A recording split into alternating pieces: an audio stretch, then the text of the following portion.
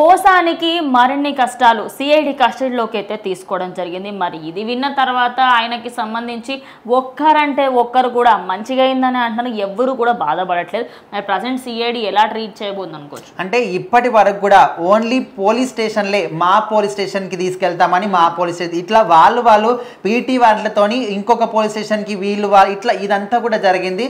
So మొత్తానికి ఇప్పుడు Posani Krishna Murali CID కస్టడీలోకి కూడా వెళ్ళనున్నాడు. ఆల్రెడీ వెళ్ళడం కూడా తెలుస్తుంది.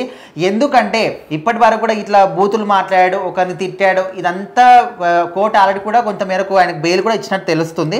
సో ఇప్పుడు ఎందుకంటే అప్పట్లో చంద్రబాబు నాయుడు, పవన్ కళ్యాణ్ ఫోటోల్ని మార్పింగ్ చేసి ఆయన మీడియా ముందుకు వచ్చి కూడా చాలా రచరచ చేస్తూ ఎన్నో బూతులు మాట్లాడిన సందర్భాలు ఉన్నాయి. అంటే ఈ బూతులన్నీ కూడా పక్కన పెడితే ఫోటోలను మార్పింగ్ ఎందుకు చేశావు, నువ్వే చేసావా, ఇది కూడా వేరే వాళ్ళు చేయించారా, చేయించినప్పటికీ కూడా నువ్వు ఎందుకు ప్రలోభపడ్డావు అనే విధంగా వాళ్ళందరూ కూడా క్వశ్చన్లు వేసినట్టు తెలుస్తుంది కదా. 3 లక్షలు ఇచ్చారు నాకు సజ్జల అని చెప్పేసి, ఇది కూడా ఎవరు చేయించారు? అదే బూతులు ఎందుకు మాట్లాడామంటే సజ్జల రామకృష్ణారెడ్డి నాకు ఎక్కడికి వెళ్ళినా కూడా నాకు ఒక స్క్రిప్ట్ ఇచ్చాడు, నెలకు ఒక 3,80,000 ఇచ్చారు, అందుకోసమని మాట్లాడని చెప్పాడు. మరి ఇప్పుడు ఫోటోలు ఎందుకు మార్పింగ్ చేసామంటే దీనికి ఏం ఆన్సర్ చెప్తాడో, అక్కడ సిఐడి వాళ్ళు ఎలాంటి క్వశ్చన్స్ అడుగుతారో, ఈయన ఎలాంటి ఆన్సర్లు చెప్తారని చాలా మంది ప్రజలు కూడా వెయిట్ చేస్తున్నారు.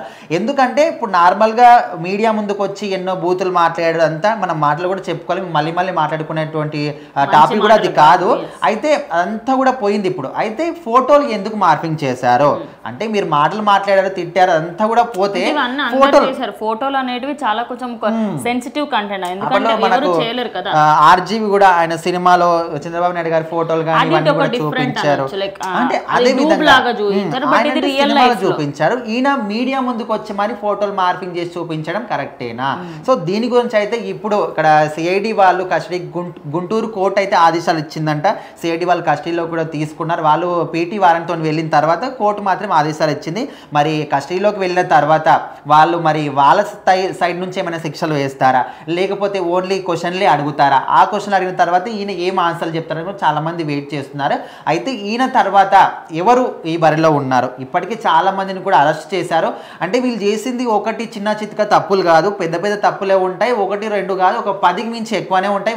వాళ్ళ మీద కేసులు ఆల్రెడీ ఉన్నప్పటికీ కూడా వాటిని బయటికి తీసుకోవడానికి చాలా ఇబ్బంది అవుతుంది. ఎందుకంటే అప్పట్లో జగన్మోహన్ రెడ్డి ఇన్ఫ్లుయెన్స్ వాడిన తర్వాత ఉన్న కేసులు కూడా కొంతమంది కంప్లీట్ చేసి వాటిని క్లోజ్ చేసి పక్కన పడేయడం జరిగింది. సో వాటిని నిజంగా అవి కంప్లీట్ అయ్యాయా, నిజంగా వాటిని క్లోజ్ చేస్తారా, లేకపోతే బలవంతంగా క్లోజ్ చేస్తారా? ఇవన్నీ కూడా ఇప్పుడు మళ్ళీ రీఓపెన్ చేసి వాళ్ళ మీద ఏమేమి ఉన్నాయి ఏంటి ఇవంతా కూడా బయటకు వచ్చింది. మొన్నటి వరకు ఈయన మీద కూడా ఓన్లీ ఈ బూతుల కేసులే అన్నారు. సో ఇప్పుడు మళ్ళీ ఇది మార్పింగ్ కేసు బయటకు వచ్చింది. ఒకటి కాదు 16 కేసులు ఉండే ఆయన పైన.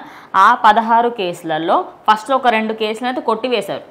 అక్కడ ఉన్న కోర్టుకు వెళ్ళి అది చేసి 2 కేసులు, ఇక సరే బయటకు వస్తాడేమో అనుకుంటే ఇంకో పోలీస్ స్టేషన్ కలిసి మాతో ఆయనతో మాకు కొంచెం పని ఉందని వాళ్ళు తీసుకెళ్ళారు. 2-3 జిల్లాలకు సంబంధించిన అందరూ కూడా ఈయన మీద కేసులు నమోదు చేశారు. సో అందులో ఇప్పుడు అవన్నీ కూడా క్లోజ్ అయిపోయి ఒక మీద కొంచెం ఊరట వచ్చింది, ఆయనకు బెయిల్ ఇచ్చారు అనుకునే లోపే మళ్ళీ ఇక్కడ ఫోటో మార్పిల కేసు వచ్చేసింది. సో మరి ఎక్కడి వరకు వెళ్తుంది ఏంటనేది, ఎందుకంటే ఈయన పైన రోజు కేసులు కొత్తవి వినిపిస్తున్నాయి. ఎందుకంటే ఉన్న కేసులు పోగొట్టుకోవడమే కష్టం రా నాయన, ఎందుకంటే 4 కేసులలో నాన్ బెయిలబుల్ కేసులు. మరి ఇంకా ఇదైతే ఖచ్చితంగా నాన్ బెయిలబుల్ కేసే ఉంటుంది. చూద్దాం మరి నిజంగా ఆయన్నే చేయించారా లేకపోతే దీని వెనకాల ఎవరైనా పెద్ద తలకాయలు ఉన్నారా ఏంటనేది.